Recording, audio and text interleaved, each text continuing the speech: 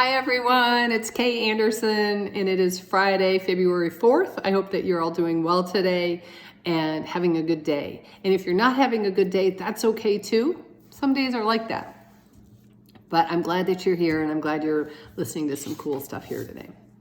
So, it's beautiful here. It's not raining, but it is overcast and it was 54 degrees today. So spring is on its way here, we think. We're not sure. Anyway, hi. So today, let us start with some heart-focused breathing. I think it's really cool when I look back on when I first started to notice daily hearts. And for those of you who are Facebook friends or follow me on Instagram or follow that account on Instagram, it's all daily hearts. You'll know it's been a while. And I probably noticed them long before I started posting them on social media. And so I started seeing this love is all around, or these daily hearts, and realizing that love is everywhere. And it's been interesting to see how that's translated into things I'm interested in for work, things I'm interested in for science, how our physical heart and the emotions of love, of care, appreciation, gratitude, how they impact and affect the body versus feelings of frustration. And it all of the common themes around all of this is that it all goes through our hearts, which is fascinating to me. So you've heard me talk about heart math. In fact, yesterday at the end of the video, we did one quick foundation technique. So let's start with that today. It's called heart-focused breathing, and it is, I do feel like it's a secret power that I walk around with, and I want everybody to know about it, and not everybody knows about it yet, but people are gonna know about it. So heart-focused breathing is the foundation technique of the foundation of most of HeartMath's techniques, and there are a lot of techniques that are really cool. I'm able to teach, I think, 2 of them without being in a class, which is really great. And this is one, and it is a superpower. So it's called heart-focused breathing. And we focus our attention in the area of our heart and breathe a little slower and deeper than usual. And what this does is it brings our heart into a more coherent rhythm. And I'll tell you in a minute why that's important. So focus your attention in the area of your heart. Imagine your breath is flowing in and out of your heart or chest area a little slower and deeper than usual.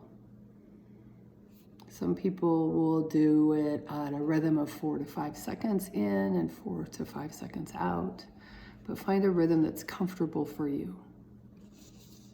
So with your attention in the area of your heart, breathe a little slower and deeper than usual.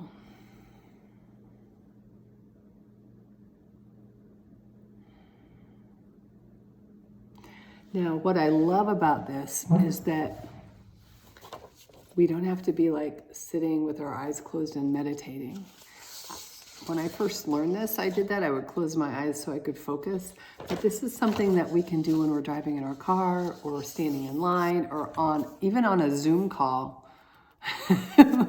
That's why it's a superpower. Eyes wide open, we can affect our physiology by doing this heart-focused breathing technique. And it's awesome. So what is it actually doing to our heart?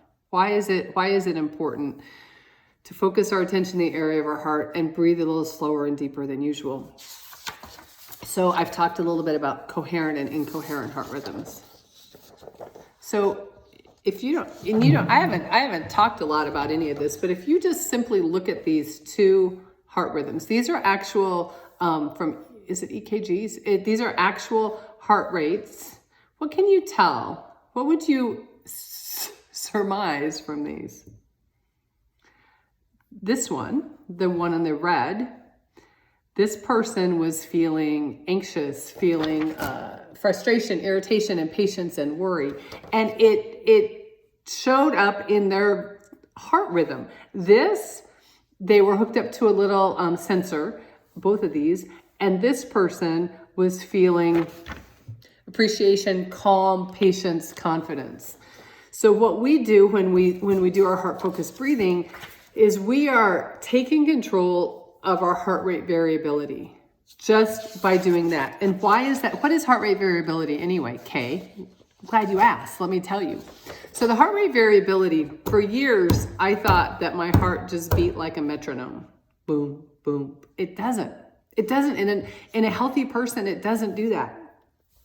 There's variability between each heartbeat. This is a 2.5 second snapshot of someone's heart rate that turns out to be like this.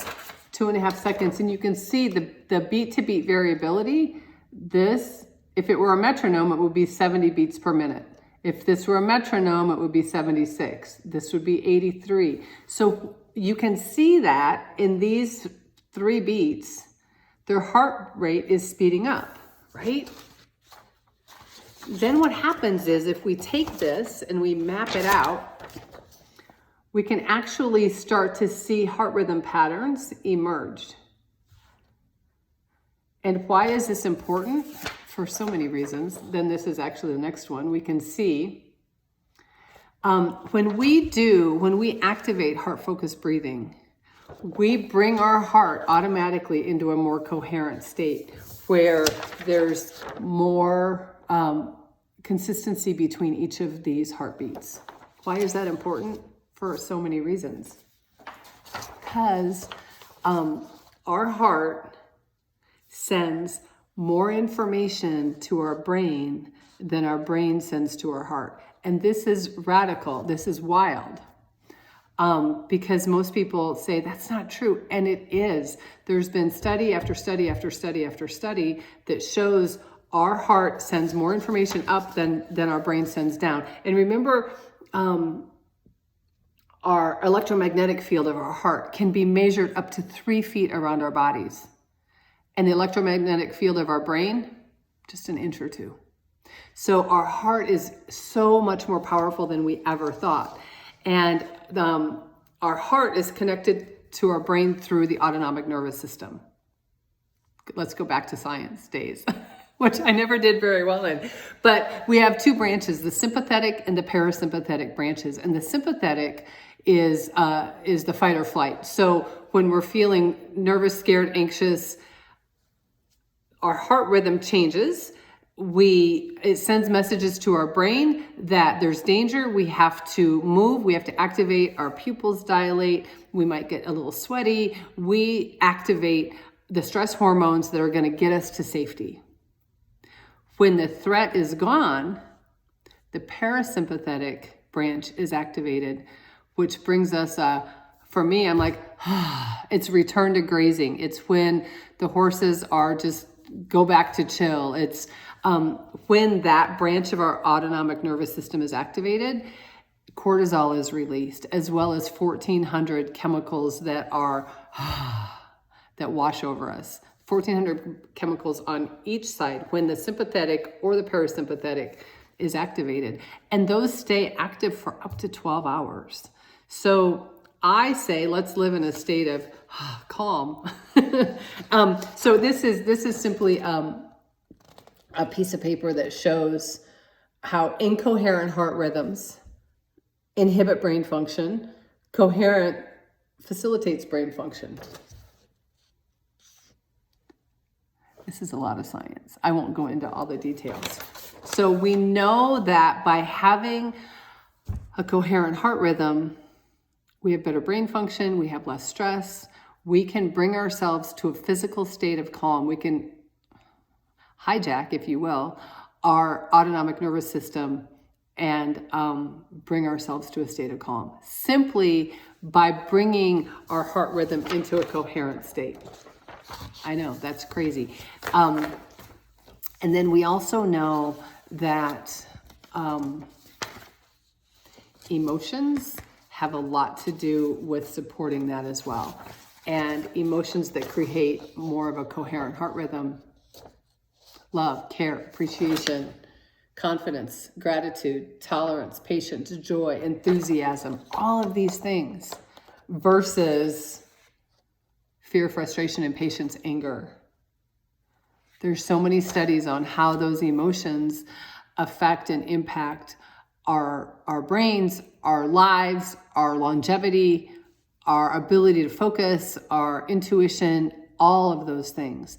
And I'm telling you that so this is so fascinating to me because love is everywhere and we know that. And simply by noticing it, it's affecting our biochemistry. And by activating heart-focused breathing, this is super easy. It's tension in your heart or chest area. Breathe a little slower and deeper than usual. That right there, I don't know what you feel when you do that, but that is bringing your heart into a coherent rhythm instead of this jagged, I'm stressed, I'm anxious, I can't think. It brings it into a coherent rhythm, which then tells the brain, everything's okay. We're safe. Even though you might not feel unsafe, our brains don't know that. Our brain is simply picking up information from our heart rhythms on how it should be releasing different chemicals. So heart-focused breathing was the lesson for today. We'll start each day. I'll do a reminder every day about heart-focused breathing because it's so amazing. It's such a gift. It's such a it's a superpower. So activate your superpower today. I'll upload to this page. I'll upload the simple step so that you can access it anytime you want to. I hope that you all have a wonderful day, evening, and I hope you got your gratitude pad done. Well, maybe not your gratitude pad, but writing some things down that you feel grateful for. Mwah. Love to all of you, and I'll see you tomorrow. Bye-bye.